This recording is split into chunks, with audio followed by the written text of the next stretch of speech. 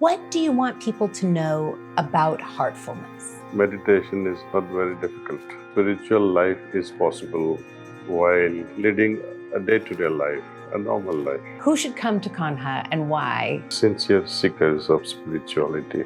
What is it about India that has such a spiritual heart? I mean, there's been so much wisdom here that we don't have in the US. I think every country has some unique signature to it. The energy here that draws seekers from everywhere. They're all seeking, they're all seekers for the truth. And that it's that experience. It's not about just like faith and belief because someone told you to or you were raised that way. Like you could know for yourself. In fact, belief is the biggest problem in life. To believe, we think it's enough.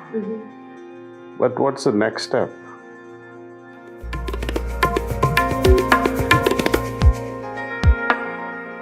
So it's very simple, I think. It's very simple.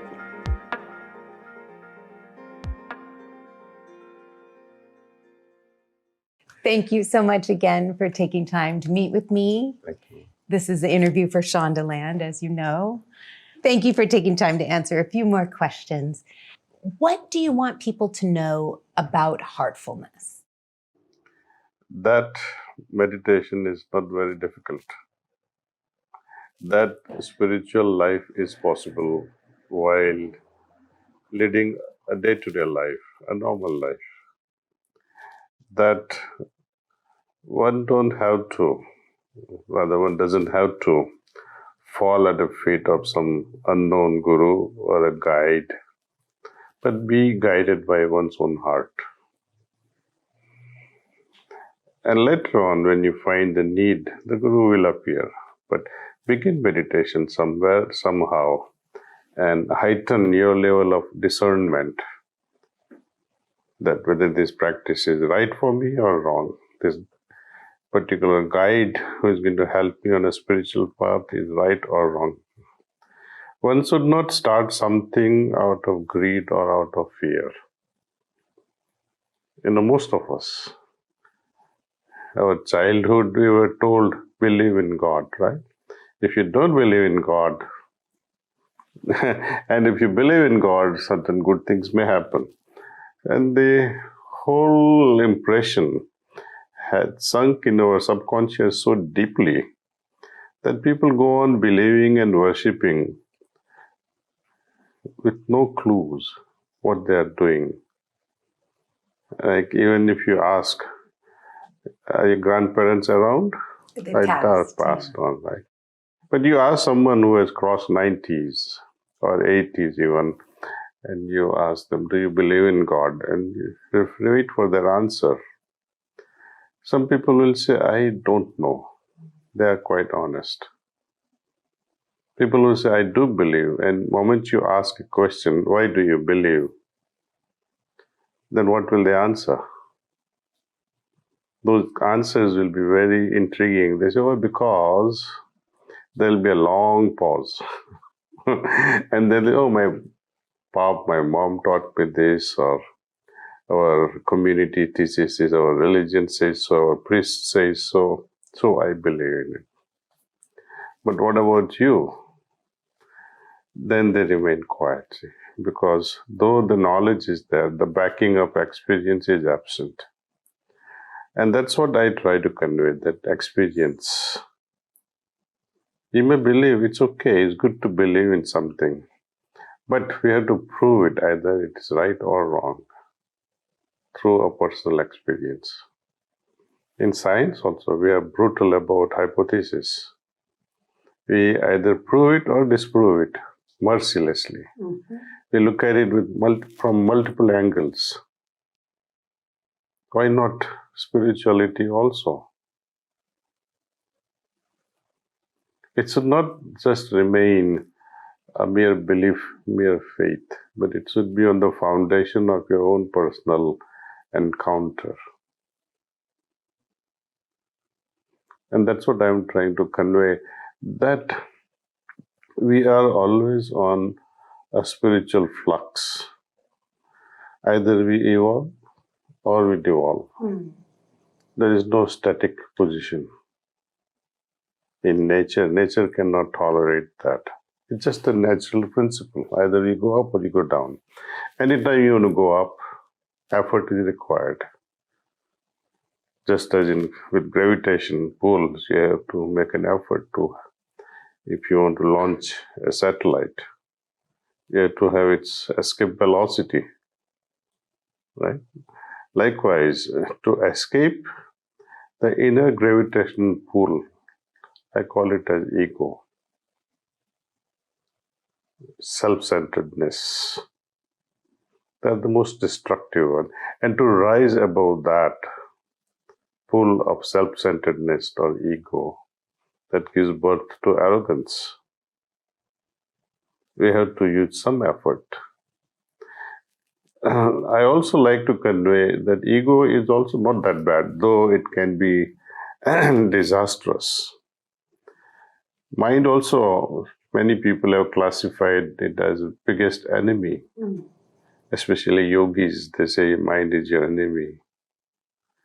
But through my own practice and encounters of many millions of people following Heartfulness, they say that ego can be your best friend. Mind also can be your best friend if you train them. Mind can be the biggest friend once your mind is refined and purified. And so is ego. For example, if you are a musician and you play a particular instrument, every day you practice and you have a moment to play in an orchestra and people are giving you a standing ovation. Great. Next day, similar performance, same tune, same classical music concert. Would you be happy with your yesterday's performance? You would say, oh, I like to do better than what I did yesterday. That's a sign of ego also. Oh, yeah. Isn't it? Yes. I can be better than my yesterday's performance. But to think that I'm the best in the entire United States, no one is better than me, then there is a problem. That is arrogance. So it depends how we use our ego, and a meditative mind easily recognizes these particular aspects of our weaknesses, the wrinkles in our minds, in our consciousness. I think consciousness also can soar higher or it can dive deeper into doom, depending upon how we use our mind, ego, and intellect. Okay, when I transcend my mind through heartfulness way of meditation, you are able to transcend the mind. What does it mean when we say transcend the mind? Meaning, I progress from thinking faculty of the mind and surrender it to the feeling faculty of the heart. I think of God, for example, but to feel, now you have moved, you have evolved a little more. Right? So that is evolution of the mind to the heart, from thinking to feelings. Intellect-wise also, I can dissect intellectually various things. But a person like Einstein or such great minds, though they have intellect, but their wisdom, their intuitive abilities are so great, they don't dissect. They come to conclusion without dissecting. That's meditative mind. And such is ego also. Ego says me, mine, myself, I, me, mine. When we transcend the self, what happens? Thee, thine, and thou, the Lord. Now you have relegated yourself to the next one. And Lord becomes the center of your existence. The higher consciousness becomes the center of your existence. Divinity becomes the center of your existence. No longer the self. And selfless people centered around the source of all that exists, they cover everything. They become the center of everything. And hence the energy that emanates from such individuals is always positive. One simple thing, once we arrived at this desirelessness state, that or absence of self-imposition, I think that's, as we say in baseball, you have hit the home runs. And not only that, you have arrived home. When such is the condition within yourself, spiritual state or a level of consciousness, you can safely say, I have arrived home, my heart is pure, pure enough to invite divinity in my heart, pure enough to even allow the heavens to descend in my heart. There are no heavens that you physically go there to. There is no special, 10-star hotel. It's also a fabrication of the mind. Imagine what people from North Pole would think of heaven as. Nice and warm place. People in India or from Middle East would think of heaven as nice and cool, air-conditioned. So it's a fabrication, imagination of the mind that creates heavens. So many things I have said in this book are quite, it makes you think and makes you wonder. And it helps us understand if you have a spiritual bent of mind and you are seeking something in an experiential way, then this is the book for you. And that it's that experience. It's not about just like faith and belief because someone told you to or you were raised that way. Like you could know for yourself. Correct. In fact, belief is the biggest problem in life. I believe versus I see. Right? When I say I believe in God, and most of us rather, it's enough. To believe, we think it's enough. But what's the next step? Having believed in some higher force, are you ready to encounter that higher force? Are you willing to be one with that? Or you are here and that power is up there and we are separate entities. So belief gives us false satisfaction that I believe and that's all right. We end it there. We don't believe in clouds. We don't believe in stars. We don't believe in sun. Why? Because we see with our eyes. Same thing is with divinity, godliness. Once I perceive it, the question doesn't arise whether I should believe or not believe.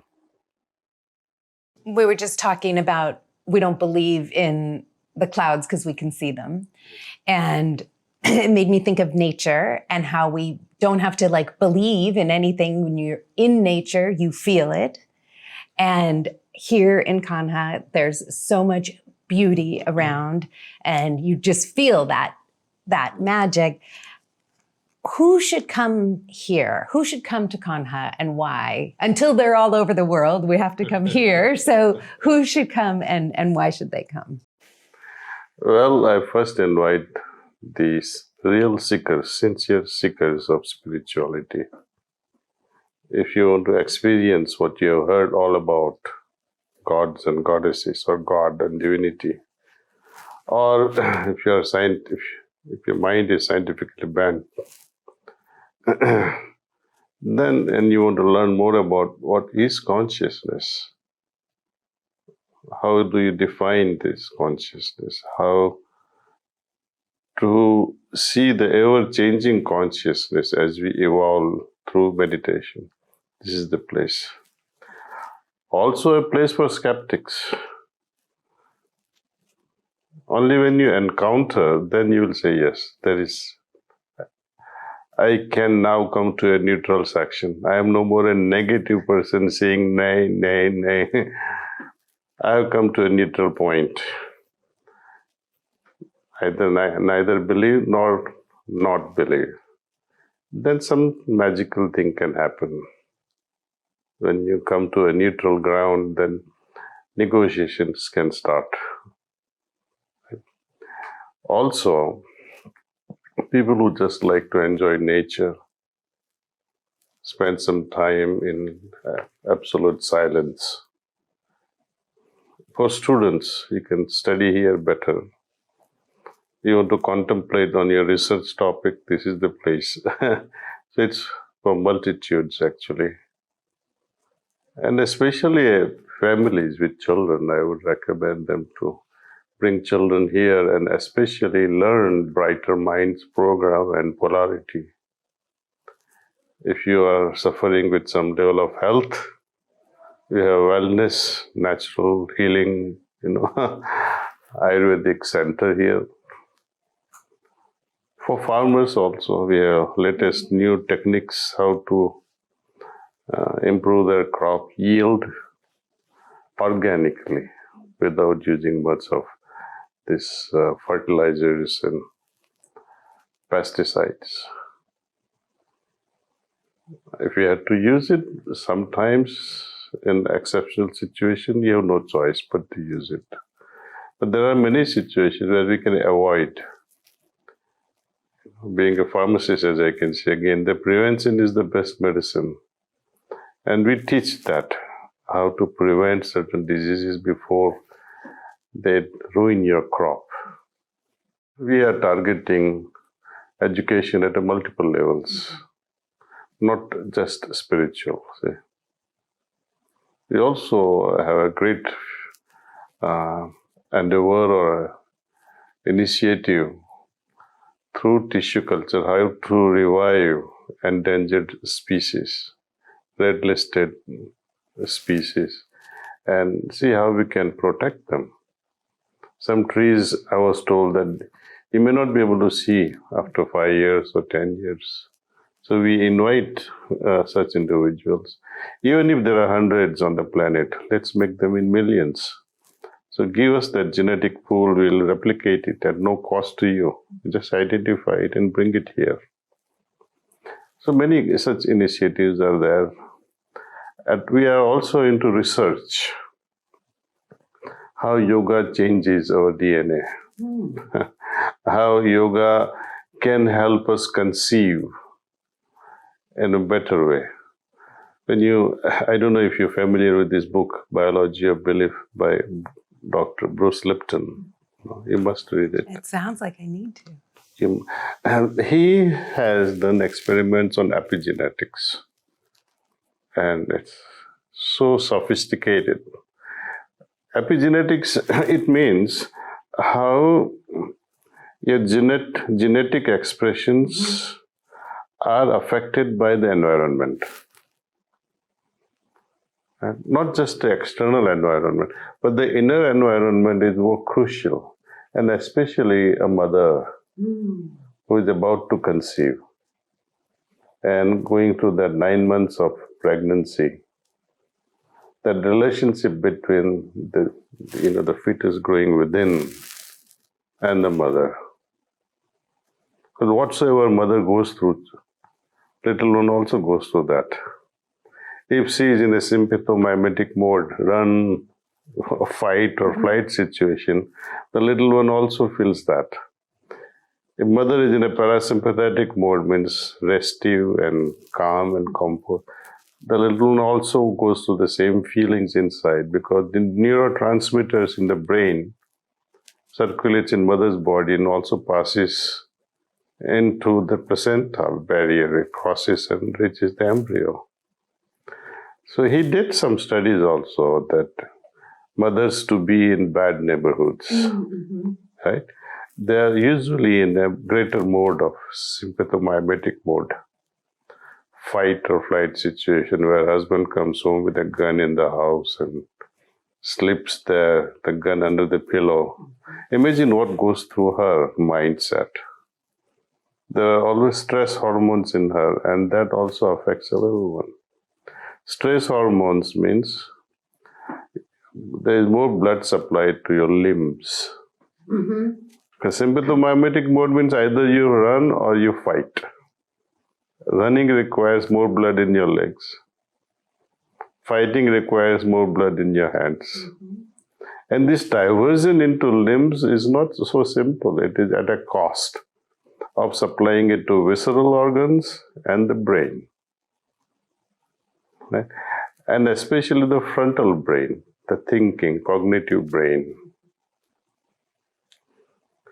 And he also studied mothers to be in harmonious families.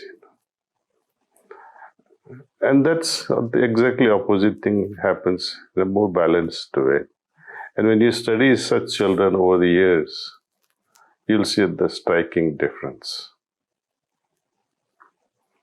More developed cognitive part of the brain, frontal cortex, versus less developed.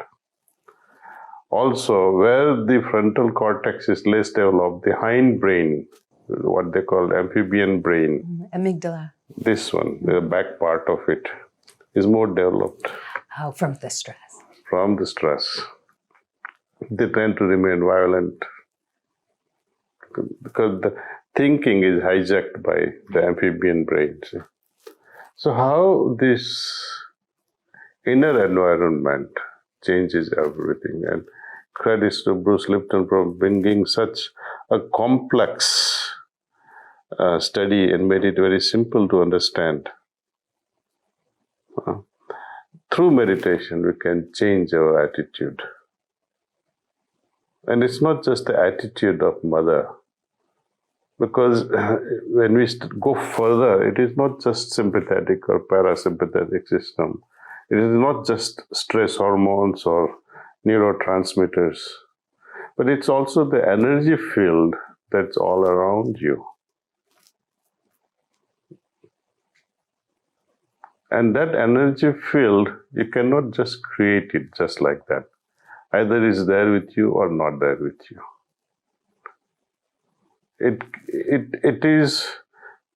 It's like a balloon that is enveloping you all the time.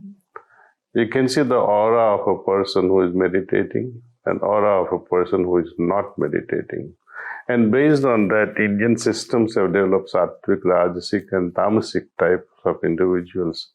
And all the multiple, infinite combination that arises by combining these three attributes. And you can see the aura of all this. So different. So it's a fascinating. And my upcoming book, I hope we will be able to release it in United States, is Wisdom Bridge, which is already here. I saw that. You must read that. I'll give it to you. Thank you. To me, it's, personally speaking, it's a lot better than spiritual anatomy. Why do you say that? Spiritual anatomy is for selected few who are into esoteric things in life, right? Like, Wisdom Bridge is all about day-to-day life. Covers the entire spectrum of humanity. To me, it's all about how we build the bridge between generations. The old generation, my father's generation, to myself and to my children, the whole continuum. And the idea arose of writing this book because some stories from Brazil that I come to you. But one of my friend's daughter was visiting me in 2012. So I asked her, usual question. Indians They like to go into personal lives, much like Jewish people. You're a Jewish lady. What's your surname? Cohen. Cohen. Okay, good. Then I don't need proof. Yeah. When are you getting married? I asked her. She said, I have time. And how old are you now? She said, I'm 26. So, when will you get married? She said, I'll get married when I'm 31, 32. I said, fine. Then I casually asked her a question, whom do you like the most in your family? She said, my grandma. The next natural question to me was, would your children have grandma left? Why are you robbing them from having grandmother? Because by the time you'll have a child and they have their children, your mother may not be alive. And then I asked her, what did you learn from your grandmother? She said, so many things. I said, look, your grandchildren will miss out all these things. So the bridge, the wisdom that we learn from grandparents, that bridge is broken. It's breaking in many families. And because of that, we don't know how to sit, you don't even know how to talk, how to communicate. The subtle aspects of life is missing altogether. Then based on that, I shared with her a story from Brazil, Amazonian forests. That one shaman, the medicine man or elderly person passes, and with him dies thousands of years of encyclopedia. Because they are the living encyclopedias carrying knowledge of which tree is good for what, when to harvest, what to plant. General knowledge, medicinal knowledge, they carry it with them. Youth today, in that part of the world, they are migrating to the cities. So there's a vacuum. That knowledge is not passed on. Right. And so I told her, look, you are kind of not serving your children properly or grandchildren properly. And imagine for one, the best eggs that you can gift is when you are in around 20s. Mm-hmm. Right. After that, it's a decline. Though some may conceive, but the quality will be different. You are not giving the best genetic pool. Second thing, when you deliver a child when you are 33, 34, 35, when that child turns teenager, his hormones would be boiling, or her boiling, teenage times. Sure. And you will be undergoing menopause. Mm-hmm. The whole house will be rocking.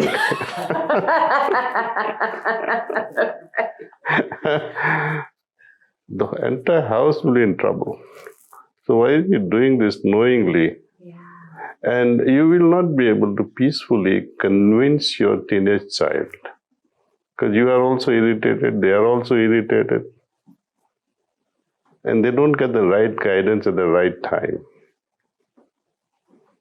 So there is a lot of wisdom behind timing of marriage, delivery of children,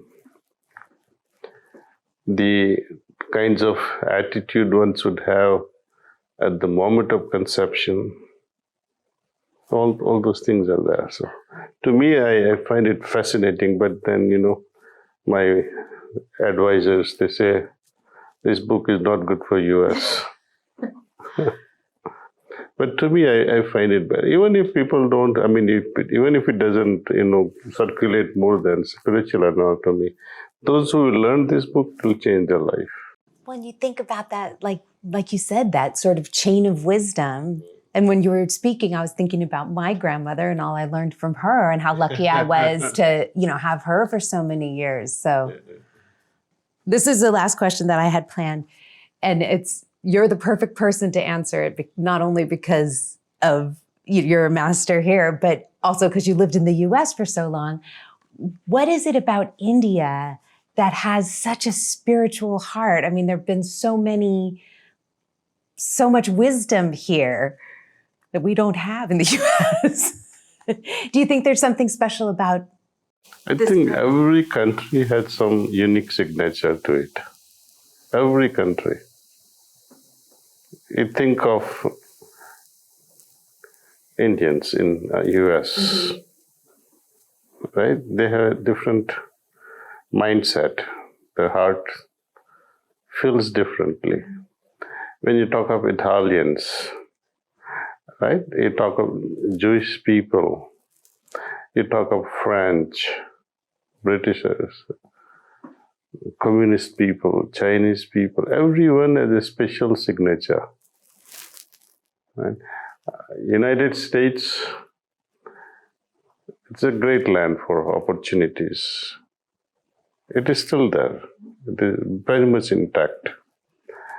And it's very progressive in nature. If you can't make it in the United States, you cannot make it anywhere else. That's my conclusion as of now. In France, Italy, it's a place of fashion, design, creativity, music. Hungary, the place of music to me. I think Western classical they're the champions. Jewish people, by and large, they're music maestros. Hilarious people, by and large, I have seen them to be. Indians, that way, they're more introvert. And that keeps them busy seeking. And that's how they keep on retaining. And to define India is very difficult. Very complex, very complex. But one common thing is they're all seeking. They're all seekers for the truth. They no doubt exist in this world. Most of them, they feel that, yes, but there is something more to it than just being here. This is common amongst all. So I think it has its egregore impact. How the aggregate of humanity thinks in one particular place creates that environment, right? Like when you go to a synagogue, go to a crematorium, go to a hospital. You have different moods, in each location. Why? Because the vibrations created there are different. People who visit such places, they come with similar thoughts, similar feelings, and that creates that aura, the vibration, the field. And same thing happens with the energy field of a country. And the egregore. You think of India, think of Pakistan. Once upon a time, they were one. Now you see the egregore impact. Over the years, their activities have created a different energy field. India has a different energy field.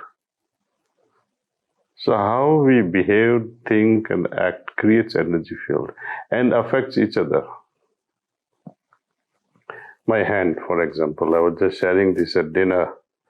Is it different from myself? Can my legs declare and say, I will not walk for you? Because we are all one. You see. Right. But we don't think that we are one. But we are all connected somehow. And this disconnect is the problem. Oh, so-and-so is. And precisely so.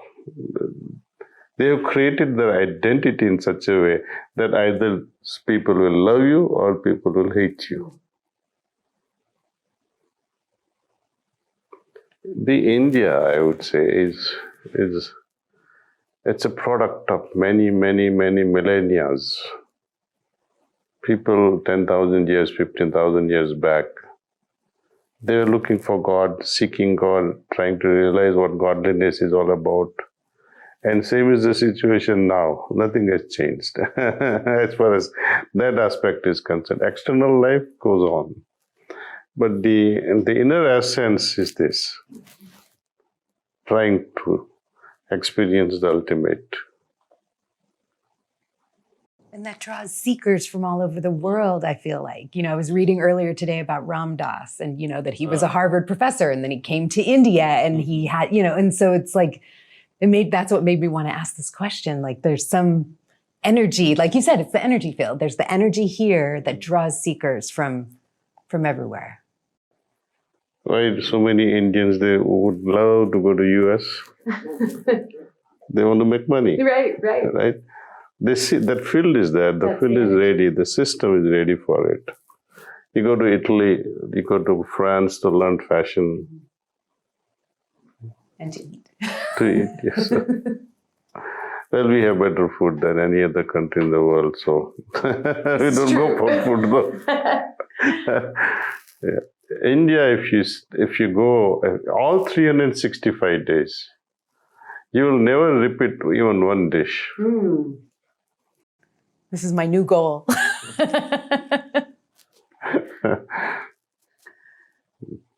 Because every part has a different cuisine. Every city has a different cuisine.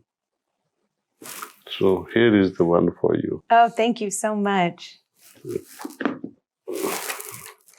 What's your first name? Sandy. Sandy, okay.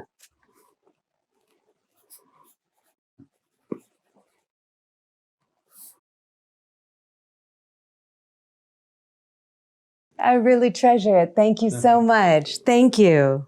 Well, I just want to thank you again for your time and for the pleasure of speaking with you. Thank you so Sandy. much. Thank you. It's been a real honor. Thank you. Thank you.